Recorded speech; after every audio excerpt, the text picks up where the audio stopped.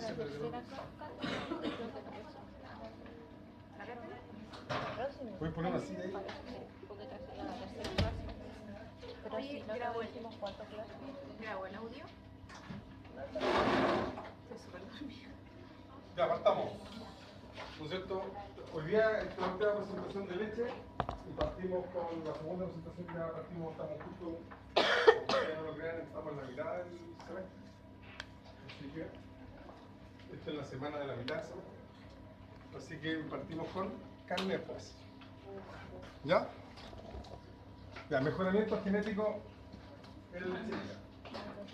Son algunos conceptos y algunas cosas que tienen que... Ya, como si, yo creo parte se los dije, ¿no es cierto?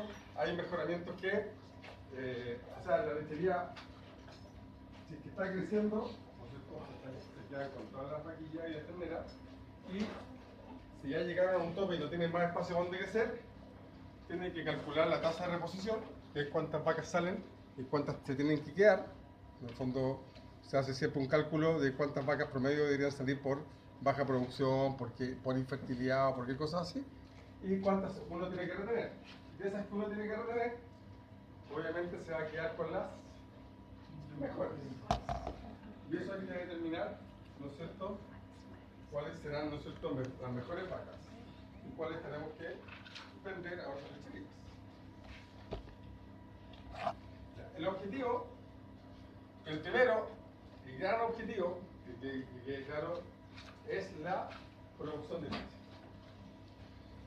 Y de hecho, ¿no es cierto?, todo lo que vamos a hablar después, ¿no es cierto?, se hace primero con ese objetivo.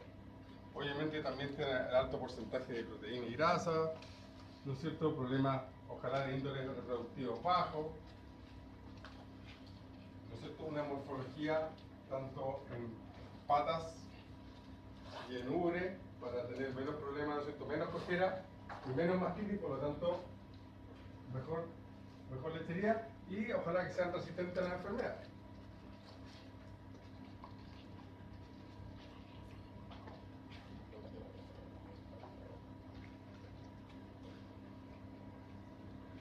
¿Cómo saber si se transmitirán, ¿no es cierto?, estas aptitudes a la siguiente generación? Esto se ha estudiado. La gracia de la lechería en estas mejoras genéticas es que, ¿no es cierto?, realmente está todo estudiado. Entonces las características observadas, ¿no es cierto?, están influidas por varios factores. Todos, ¿no es cierto?, nosotros y las vacas, todo ser vivo, nacemos con los genes ya, desde que se produjo la concepción de nosotros y de las vacas, ya estamos sonados o bendecidos, o como quieran decirlo, porque es como venimos. ¿Qué factores nos pueden afectar? Todo el resto. Desde la concepción, está todo la preñez, ¿no es cierto? Y después toda nuestra vida hasta que nos vamos de este mundo. Entonces eso, ¿cierto?, es lo que tenemos que tener claro. Entonces la producción de leche, además de la genética, está influida por el medio ambiente, igual que todos los animales. En el medio ambiente vamos a tomar todo, lo que no sea genética, desde enfermedades, nutrición, parte de la niñez, etc. Entonces, por lo tanto, el rendimiento genético es una interacción entre la genética y el medio ambiente. ¿No es cierto? Ese es el rendimiento lechero. ¿No es cierto? Medio ambiente se refiere, ¿no es cierto?, a la edad del parto, por ejemplo, que ustedes me entiendan. ¿No es cierto? Va la mejor ternera que tenga la lechería. La mejor ternera.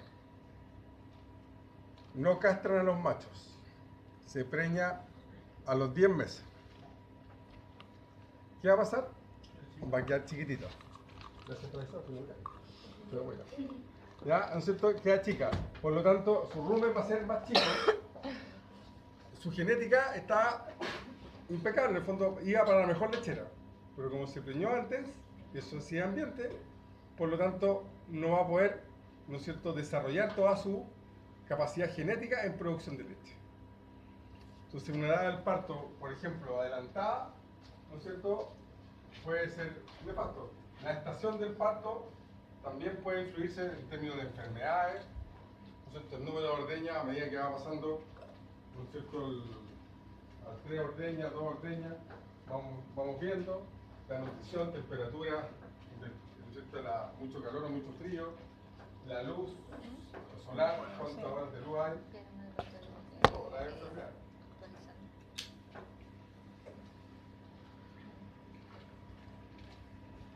Ya, ¿no es cierto? Entonces queremos esta herencia, que es la transmisión de estos caracteres por parte del padre a su hijo, queremos ver. Entonces, por lo tanto, una buena vaca, desde el punto de vista genético, es aquella que es capaz de traspasar esas características que queremos a una nueva generación.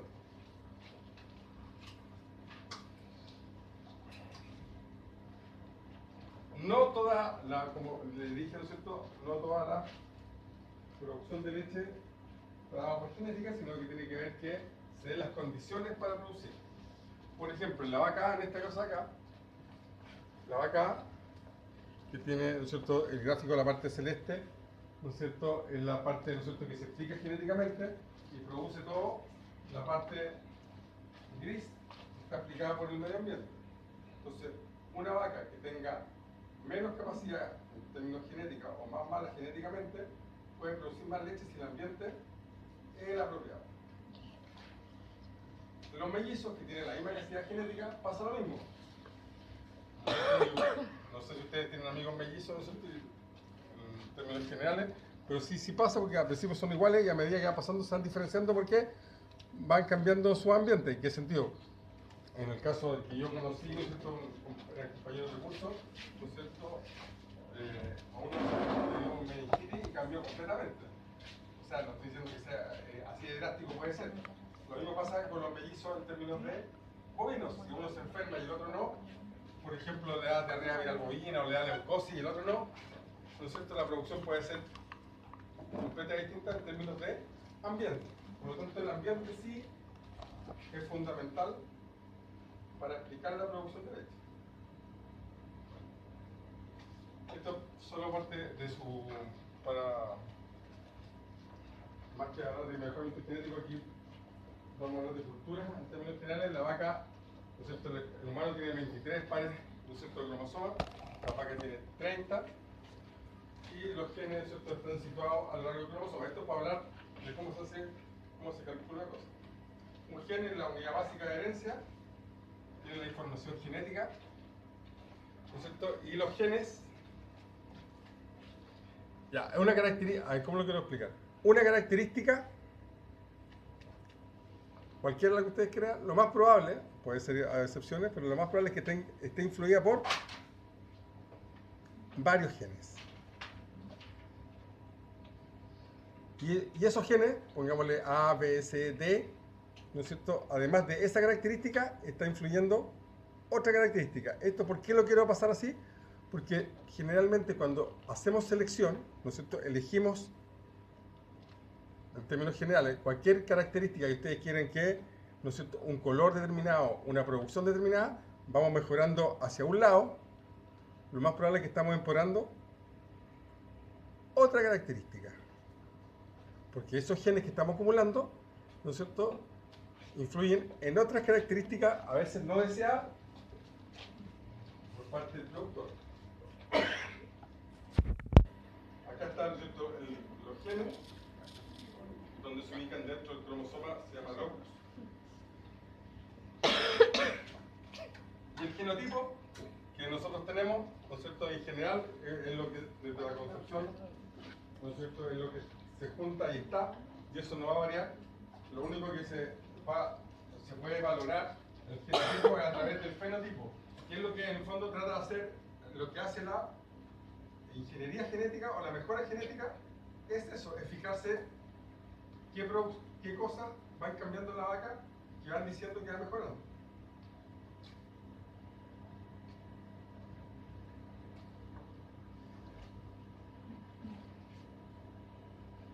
¿No es cierto? Y el fenotipo, ¿no es cierto?, cambia continuamente a lo largo de la vida y es en respuesta al medio ambiente, y eso nos va a ir diciendo lo que somos ahora. Ya, y una cosa básica que tenemos que tener claro, que después, cuando terminemos esta presentación, vamos a ver el sexado de los genes, ¿no es cierto? El que solamente, yo creo que ustedes lo saben, solamente va a estar seguro que lo saben, ¿no es cierto? El sexo lo da el macho, ¿no es cierto? El espermatozoide, son los que tienen, ¿no es cierto?, la concepción de que son los únicos que no tienen X, y ahí, ¿no es cierto?, los óvulos siempre son X, y ahí vamos viendo, ¿no es cierto?, en general, el espermatozoide siempre hay 50% macho y 50% de hembras, y por lo tanto, es como lo vamos a tener. Y el espermatozoide, aquí está. Están los genes recesivos, ¿no es cierto? Eso del kappa, que ya lo vimos, ¿no es cierto?, en razas lecheras. La vaca, y esto aquí partimos como lo que quiero, en la vaca, en lechería, se usa consanguinidad. ¿Cuál es la característica de la consanguinidad o qué cosa es importante de la consanguinidad? Es que concentra, ¿no es cierto?, un grupo de genes que son interesantes para la producción, que en este caso, ¿no es cierto?, es la producción de leche. Y eso en teoría, o sea, no en teoría, eso en la realidad, en la práctica, pasa en todas las razas puras. Cuando hablamos de raza pura, cualquiera de ustedes, en cualquier producción o en cualquier cosa, ya sea perro, gato, razas puras, existe consanguinidad. De hecho, en la vaca es bastante menos que en otros lados, porque uno compra semen. Entonces, para evitar un poco la consanguinidad, porque tiene efectos indeseables, enfermedades genéticas, porque como estoy, ¿no es cierto?, acumulando ciertos genes, como les dije, son los mismos genes que al revés, mejor una cosa, pero empeora otra. ¿Qué es lo que se hace en el fondo? Se anota, ¿no es cierto?, obviamente, en cada ternera, se anota quién es el papá, con qué toro se inseminó, para, obviamente, no inseminarla con el semen del padre. Y cuando vamos a comprar semen para la lechería, un año usamos, en Chile llegan los toros, los 10 mejores toros. Tiene acceso como cualquier lechería de Estados Unidos. Tenemos acceso a todos los toros. No en todos los países por si acaso pasa eso. Pues tenemos toros, ¿no es cierto?, los 10 mejores toros. Entonces elegimos al número 1, pero ya si sigue siendo, los rankings van cambiando. Entonces si es el número 1 usamos este año, después el próximo año usamos el de Nueva Zelanda, lo compramos en Estados Unidos. Los más principales son de Estados Unidos, Canadá y Nueva Zelanda. Entonces vamos a Nueva Zelanda y ocupamos el número 1 en Nueva Zelanda. ¿Para qué? En el fondo evitar o bajar la posibilidad de efectos negativos de la consanguinidad.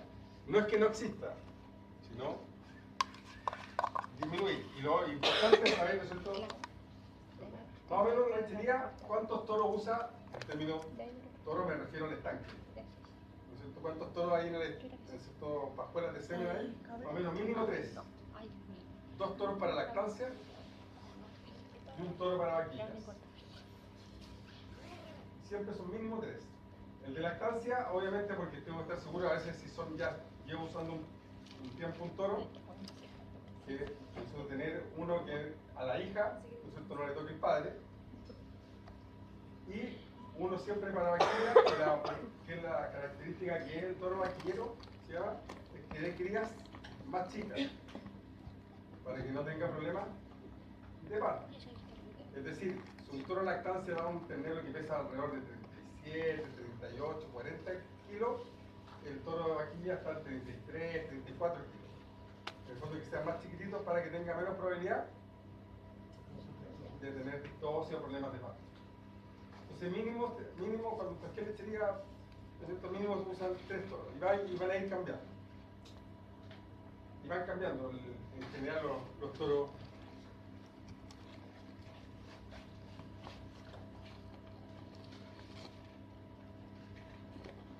Entonces, ¿cuál es la meta? ¿Es cierto? Es cambiar, ¿no es cierto?, o concentrar, ir concentrando ciertos genes que me permitan aumentar la producción de leche.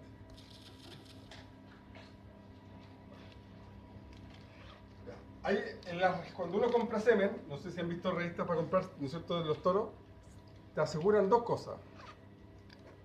Uno, ¿no es cierto?, es que el toro es bueno, ¿no es cierto?, y te salen, ¿no es cierto?, varias aptitudes. Por ejemplo, producción de leche, lo que hablamos, ¿cierto?, producción de grasa, producción de proteína y también morfología. lo principal y lo único que importa elegir es producción de leche. Si llega a mejorar otra cosa, bienvenido será. De hecho, todos los toros, uno ve, tienen producción de leche de 4 puntos. No dicen 4 litros ni 40 litros, sino que dicen cuánto más o menos porcentualmente van mejorando la producción de leche. Y a la vez, tienen unas poquitas, los mejores toros, que te salen -1, -2. Generalmente esas son funcionales. ¿A qué se refiere funcionales? Morfología, ¿no es cierto? Pata y ubre principalmente. También estatura y cosas así también influyen. Pero eso, ¿no es cierto?, es secundario. Uno siempre tiene que elegir, uno elige al toro por producción de leche, no porque sea mejorador de pata o mejor de ubre. Uno podría llegar a pensar de que eso indirectamente me va a hacer producir más leche.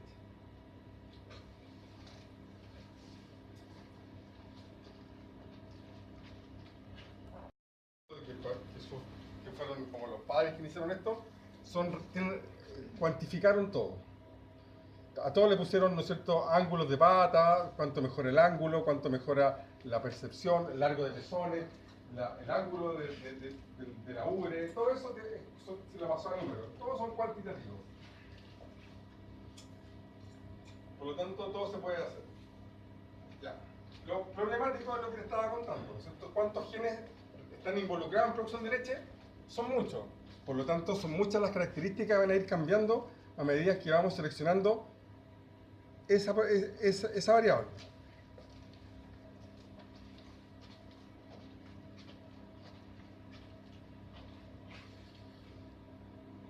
Entonces nosotros seleccionamos, ¿no es cierto? Si se hace la selección, la misma empresa hace la selección del toro, ¿no es cierto? Ya hay que ver, ¿no es cierto?, cuáles tienen el genotipo superior para que servir con la nueva generación. Entonces, toda la producción de leche que hemos ido aumentando a través de los años, se le dice que el 25% de esta producción está dada solo por manejo genético. Y los otros 75%, ¿no es cierto?, es la variable ambiente, que son mejores en las dietas, lo que íbamos hablando, ¿no es cierto?, mejora, ¿no es cierto?, en las máquinas de ordeño, mejora en todo. Eso se explica por ese lado. ¿Qué se hace para elegir? Lo básico. ¿Sabe cómo se llama esto? Esta forma de presentar la campana de Gauss. Entonces, ¿qué dice la campana de Gauss? En el fondo, esto se hace, ¿cierto?, que está la media, que está la mayoría por lo atrás. La mayoría de las vacas están en la media, o cercano a la media, pero uno, mientras quiere hacer una mejora genética más intensa,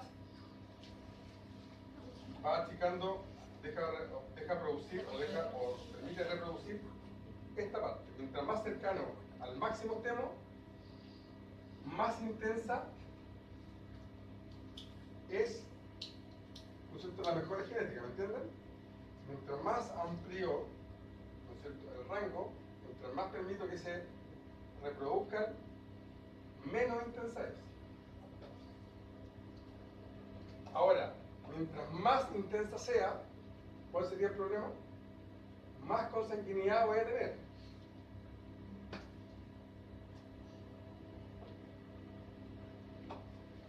¿Ya?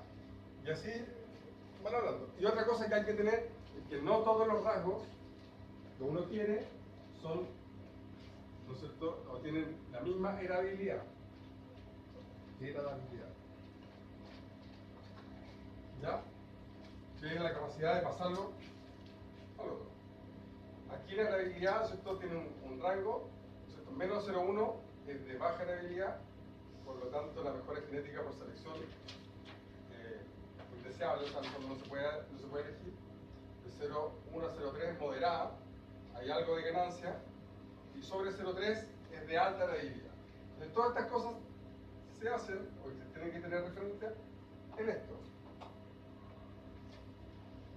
¿No es cierto? Que por ejemplo, todos los rasgos de producción son heredables. Todos los rasgos, ¿cierto?, productivos, ya sea producción de leche, producción de grasa, producción de proteína, ¿no es cierto?, porcentaje de grasa, porcentaje, ¿no es cierto?, son completamente heredables, por lo tanto sí se puede hacer una selección sobre, ¿no es cierto?, los porcentajes, ¿no es cierto?, de producción. Todo lo que es morfología, estatura, las patas, los ángulos de los pies, profundidad, ¿no es cierto?, algunos son muy poco heredables, ¿no es cierto?, o más o menos. Y todo lo que es reproductivo, que nos interesaría, lo reproductivo es lo menos heredable que hay. Velocidad, ¿no es cierto?, de ordeño, ¿no es cierto?, facilidad de parto, ¿no es cierto?, y fertilidad, ¿no es cierto?, todo lo que es reproductivo es muy bajo o nada de la heredabilidad. Por lo tanto, yo no puedo elegir, ¿no es cierto?, o vacas, si quiero hacer una selección para no tener problemas de parto, ¿no es cierto?, no puedo elegir una vaca que nunca ha tenido problemas de parto, sus terneras, pase lo mismo. Porque son, de hecho es lógico, porque va a depender mucho del toro, no puede ser el tamaño de la cría. O sea, puede tener a la madre le pusiste un toro que da cría más chica, a la hija le pusiste un toro que da, ya no depende de la genética del animal. Entonces todo lo que es reproductivo, en terminal no es heredable. Todo lo que es productivo, producción de leche, eso es muy heredable, de medio o mucho. ¿No es cierto? Y la otra, la morfología, es medianamente heredable. Vuelvo a repetir, lo que uno hace, uno elige al toro por producción. El resto es agregado. O algunos van a mejorar las patas, otros van a empeorar las patas.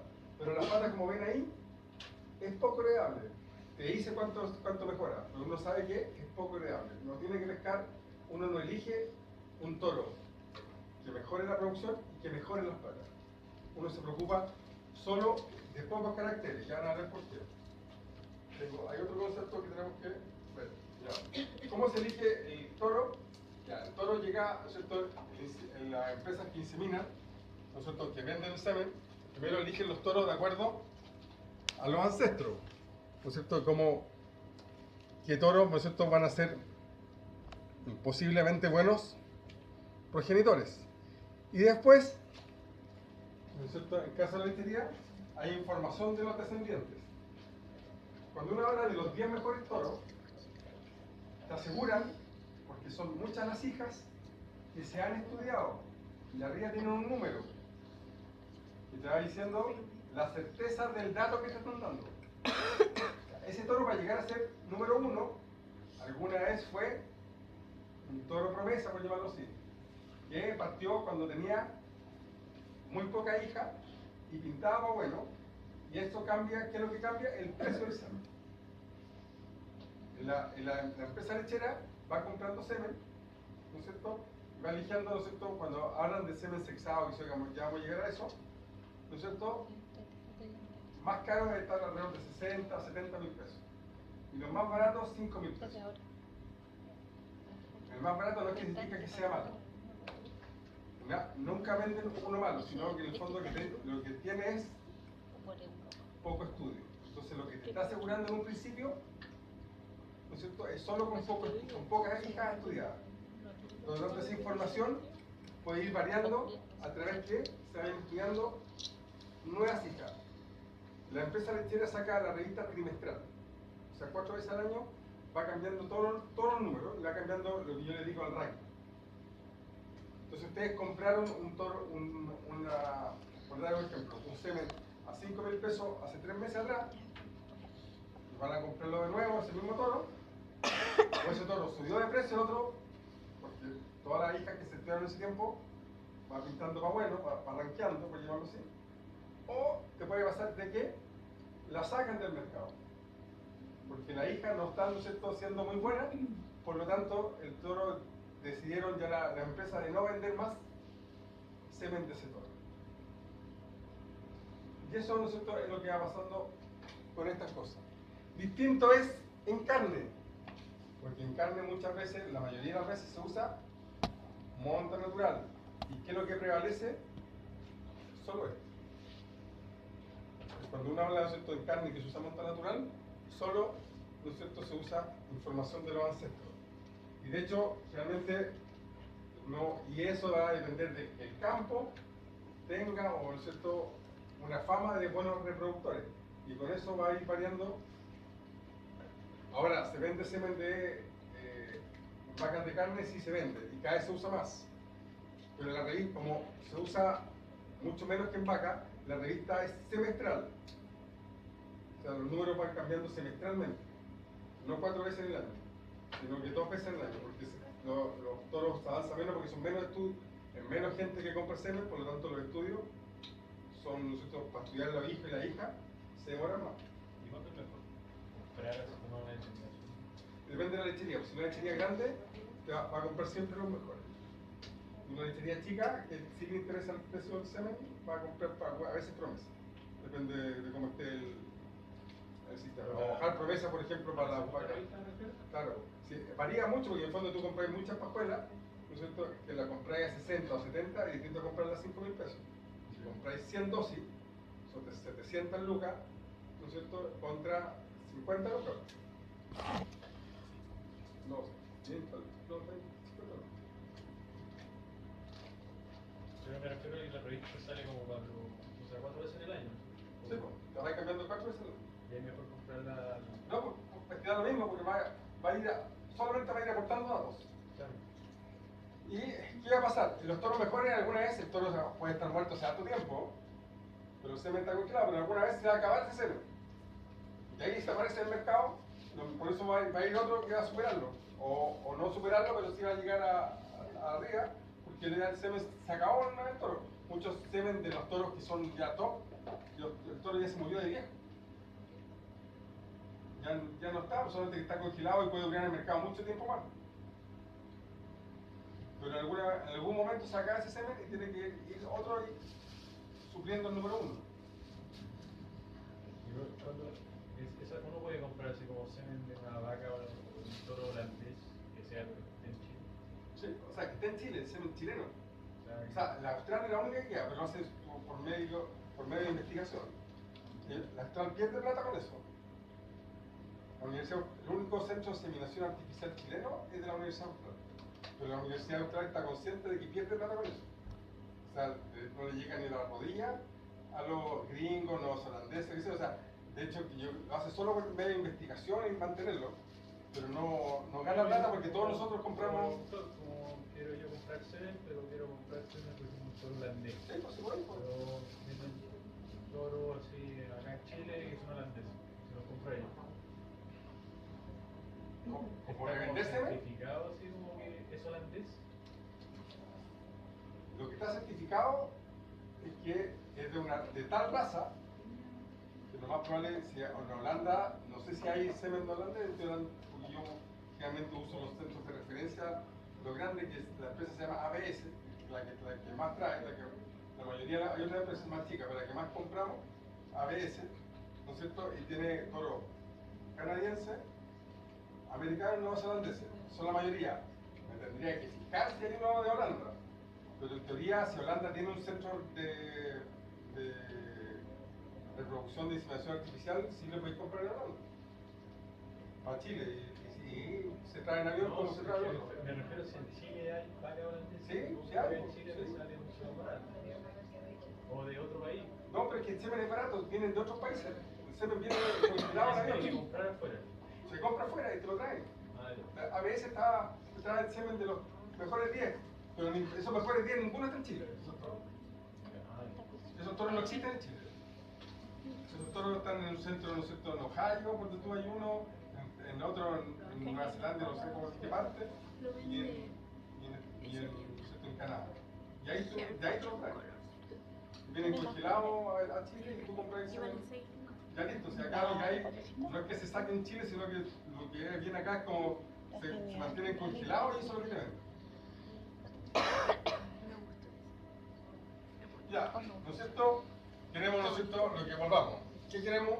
Una gran longevidad de la vaca, es decir, que tenga la mayor cantidad de pasto y que sea buena productora, ¿no es cierto? Que sea funcional, ubres, pies, patas, y los rasgos productivos, tanto el precio, que vengan a ver con el precio, grasa y proteína, ¿se acuerdan? Ya, como les dije, a pesar de la creencia que los rasgos funcionales van a mejorar la longevidad de la leche, ¿no es cierto? Eso nunca se eligen, porque, ¿no es cierto?, en términos generales, porque una vaca productora de leche como tal, uno jamás la va a descartar por morfología. Por tanto, siempre hay que tener presente que son los caracteres productivos los más importantes, por sobre los morfológicos. Cuando uno hace una selección, mientras menos caracteres elija, más intensa es la selección. Vuelvo a repetir, si yo solo quiero elegir toros buenos solo en producción, voy a tener una gran mejora solo en producción. Si elijo producción y morfología en la ubre, voy a empezar a bajar la intensidad sobre el que más me interesa, que es producción. Si elijo 3 cosas, mientras más cosas elige, menos intenso es la selección. Entonces, lo que uno trata de hacer en este sentido es, vuelvo a repetir, aunque sea cierto peyorativo, lo que uno elige es producción de leche. Y lo demás que venga de regalo. Así, esa es la forma de pensar. Porque ese mismo carácter, ¿no es cierto?, puede afectar, ¿no es cierto?, los cambios genéticos sobre otros caracteres, como dijimos. Yo cuando partí lechería, ¿no es cierto?, en Casablanca, se elegía, yo, en genética, al igual que ustedes, yo creo que también le han dicho lo mismo que estoy diciendo yo acá, y eso pasa en la mayoría de los casos, que cuando nunca hay un toro que mejora todo, ¿ya? Siempre vas a tener algo que te empeore, y eso es como lo normal. A mí, solamente yo me vi un toro, en la revista, no es que yo ya conocí el toro, nunca lo conocí, se llamaba Bolton, ya se acabó el semen de Bolton, por si acaso, Bolton, que llegó a ser número 1, que era el único toro, y se usaba en esa lechería ese semen de Bolton, era el único toro que en la revista aparecía que todos los caracteres que se miden se mejoraban, aunque sea nada, pero no había ninguno que era negativo. Me ha pasado una sola vez. Y ahora los toros que son número 1 siempre... Ahora, con esto, con el tiempo uno se da cuenta que Bolton no es que sea una excepción, lo más probable es que haya empeorado otros caracteres que no se miden.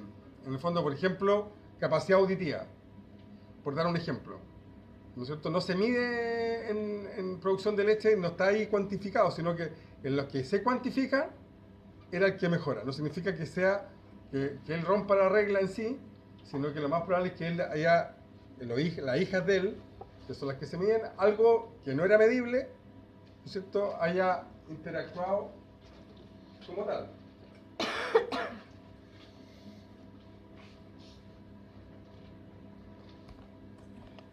Ya, ¿no es cierto? Lo que se usa, que es lo básico en la inseminación artificial, ¿no es cierto? Como, ¿no es cierto?, con la dosis que viene de la pajuela, que está todo estudiado, eso lo mismo en reproducción, ¿no es cierto? Debe ser utilizado, ¿no es cierto?, un toro en particular. ¿Y qué es lo que esto salió hace como 10 años, pero qué es lo que se vende ahora? Es semen sexado. El semen sexado, ¿no es cierto?, ¿qué es la seguridad que te da? Que el 90% de sus crías, en el caso de lechería, son hembras.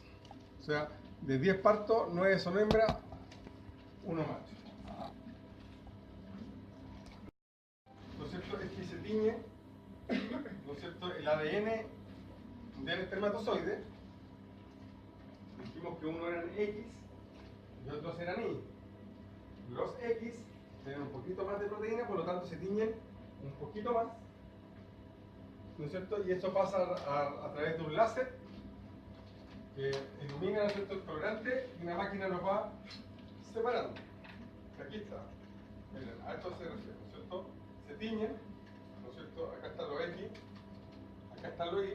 Entonces va pasando, el láser lee, ¿no es cierto?, la tinción y separa machos de hembras.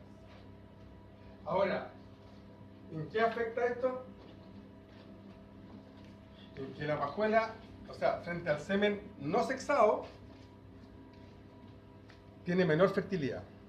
O sea, no todo tampoco no digo que mucho, pero tiene sí un porcentaje menor de fertilidad, porque tiene menos espermatozoides por ml. ¿Me siguen? Por lo tanto, la fertilidad de la pajuela sí se afecta. Sí gana en hembras. O sea, los estudios de fertilidad en semen sexado son menores a los de semen no sexado. Por si acaso. Y eso en la lógica indica que está bien, porque la hipótesis de todo sería que a menos cantidad de espermatozoides, menos la fertilidad. ¿Ya? Pero eso es, por si acaso, es lo que se hace en